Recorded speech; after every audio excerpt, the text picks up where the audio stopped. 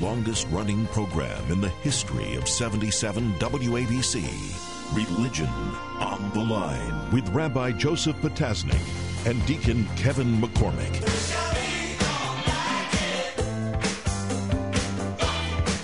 All right, we are going to be speaking now with one of our favorite guests, someone we've come to know and admire over the years, and I refer to Dr. M. Zuhdi Jasser, president and founder of the American Islamic Forum for Democracy and author of the book A Battle for the Soul of Islam. Let me say to all of you here, if you want to read something that will encourage you about the direction that Dr. Jasser wants to take the Muslim community, go on the website, read his material.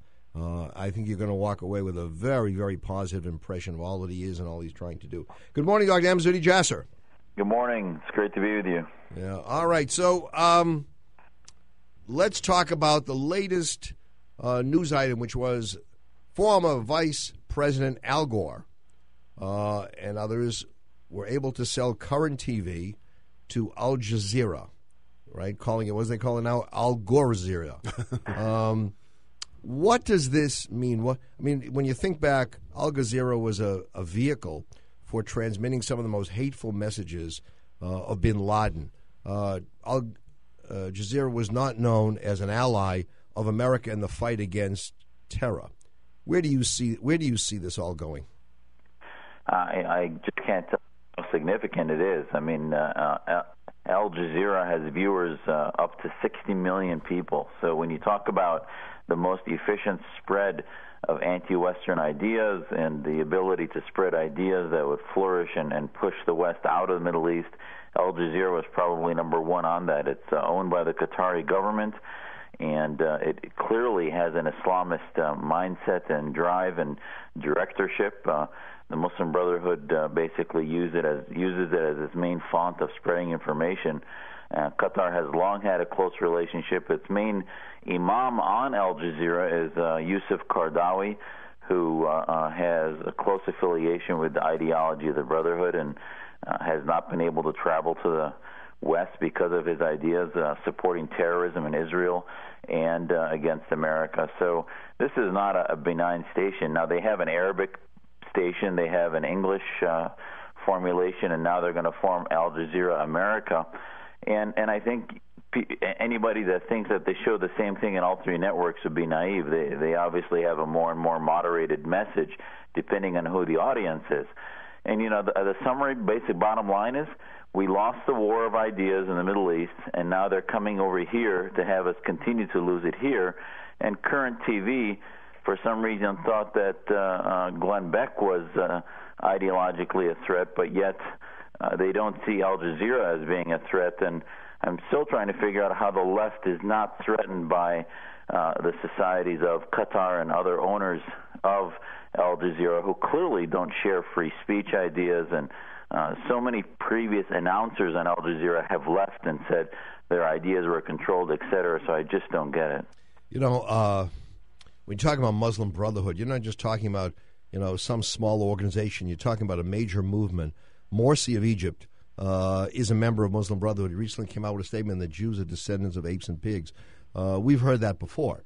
But when you have a network now associated with you, to me it heightens your legitimacy in the eyes of some.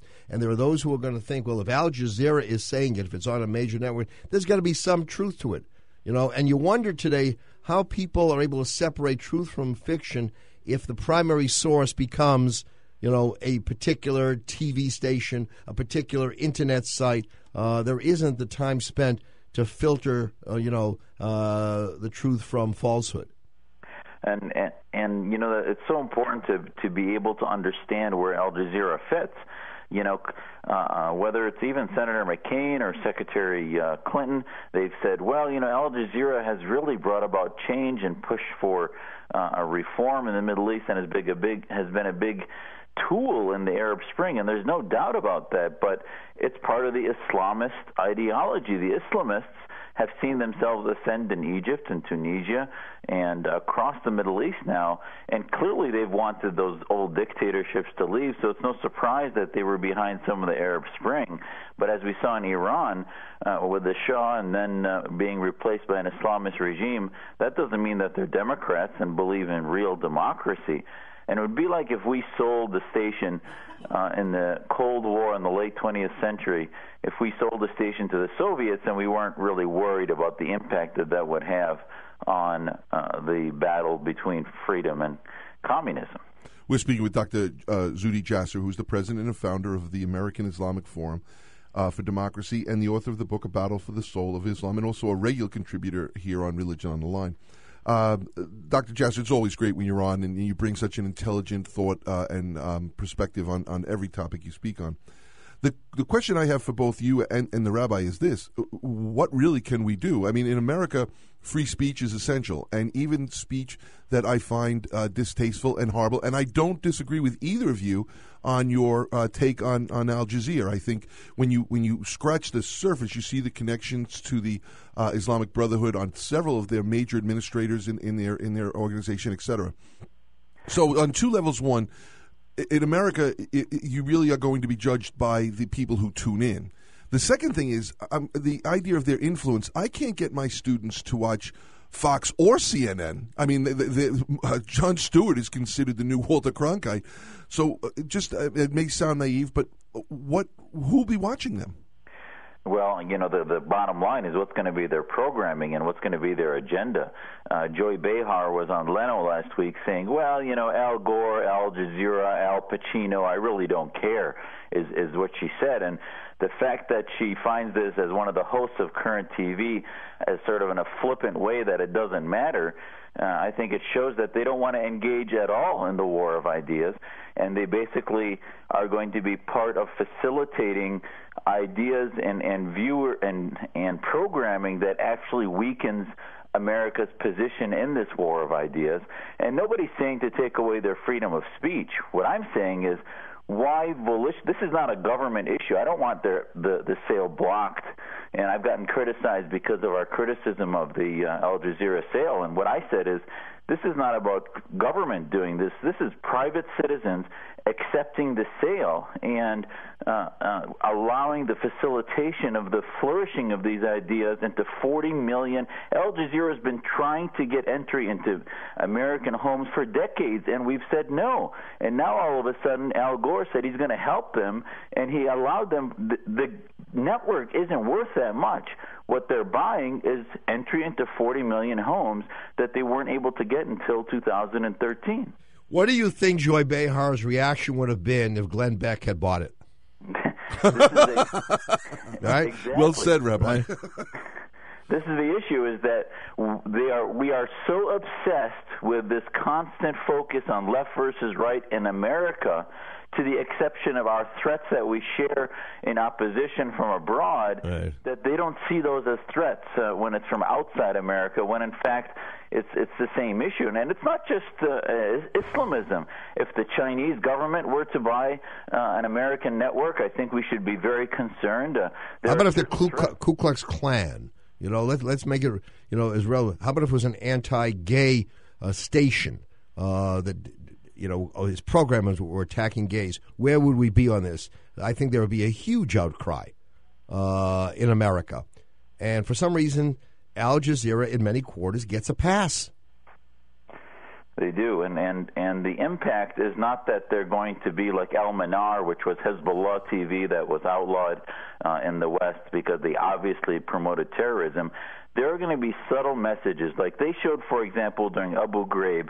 Al Jazeera showed it like a psychiatric experiment, the pictures of what our soldiers had done as being representative of American behavior in the Middle East, when in fact we know that was an aberration. And at the end of the day, that spread the message that that's what America was doing there. And if you talk to David Barish or former host David Frost, they'll tell you they left Al Jazeera because their content was controlled, and when they bucked the Islamist mindset, they were asked to either stay silent or leave, so they left. So the question remains, as the deacon just asked us before, so what do we do? The sale is not blocked. But what do we do to refute the kind of hateful propaganda that's going to be on this network day after day? Well, this goes to our strategy. Two things. Number one is America needs to wake up to begin to have a ideological strategy to promote liberty in the Middle East and among Muslim populations that'll be watching this, and to counter Islamism and counter the ideas of Sharia and government and the Islamic State. And number three, I think, is to wake up American viewers and Congress and others and the FCC to maybe this sale should be reviewed, and maybe cable companies that are really is what Al-Jazeera is buying can start to block this and say, you know what, we sold to Current TV, not to Al-Jazeera, so we don't have to honor a contract that allows them entry because sort of a back come in from the back door type arrangement. I know this is not going to be popular, but I have a bad feeling about the idea that we've set up and by the way, when I'm finished, you're both welcome to call me naive and very silly. But I have better faith in what America could do, and I think the marketplace of ideas will find that this was a $100 million folly.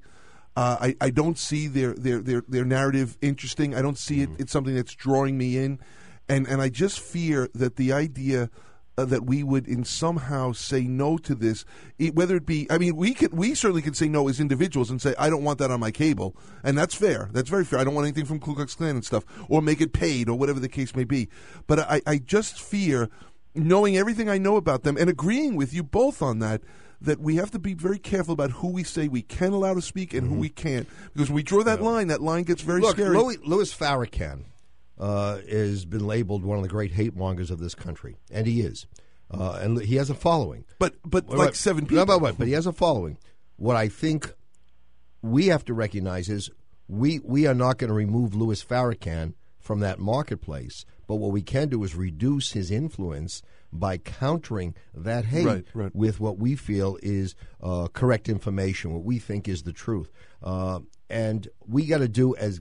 I'm not sure we're doing the best we can. That's the question. We have to look at ourselves and say, can we be doing better? You've been out there, and I have often said, we have to do more to strengthen your stance, to strengthen people like you who talk about Islam in the free marketplace, in the free world that can work, not some view of Islam or not some school of Islam that sees to control the thinking of others.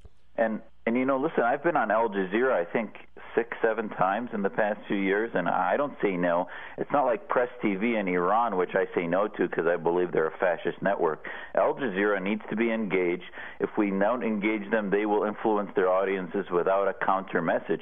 So I'm not saying not to engage them, but to somebody like Al Gore, who made a living out of environmentalism and other things, to take $100 million plus, actually half a billion from an oil industry, from ideologues that treat women as second-class citizens, I just find to be distasteful and actually promoting the very ideas that run against what America stands for. I mean, we shouldn't suppress their free speech, but we should marginalize them. Fair enough. I can live with that because I agree with that on so many different levels. Right. All right. Dr. M. Zuhdi Jasser, the name of the book, and you must read it, is A Battle for the Soul of Islam.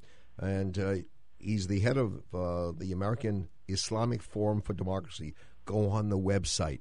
See what he has to say. See what other people support Dr. Jasser believe as well. You'll walk away very heartened by the message. Thank you so much. Anytime. Thank you.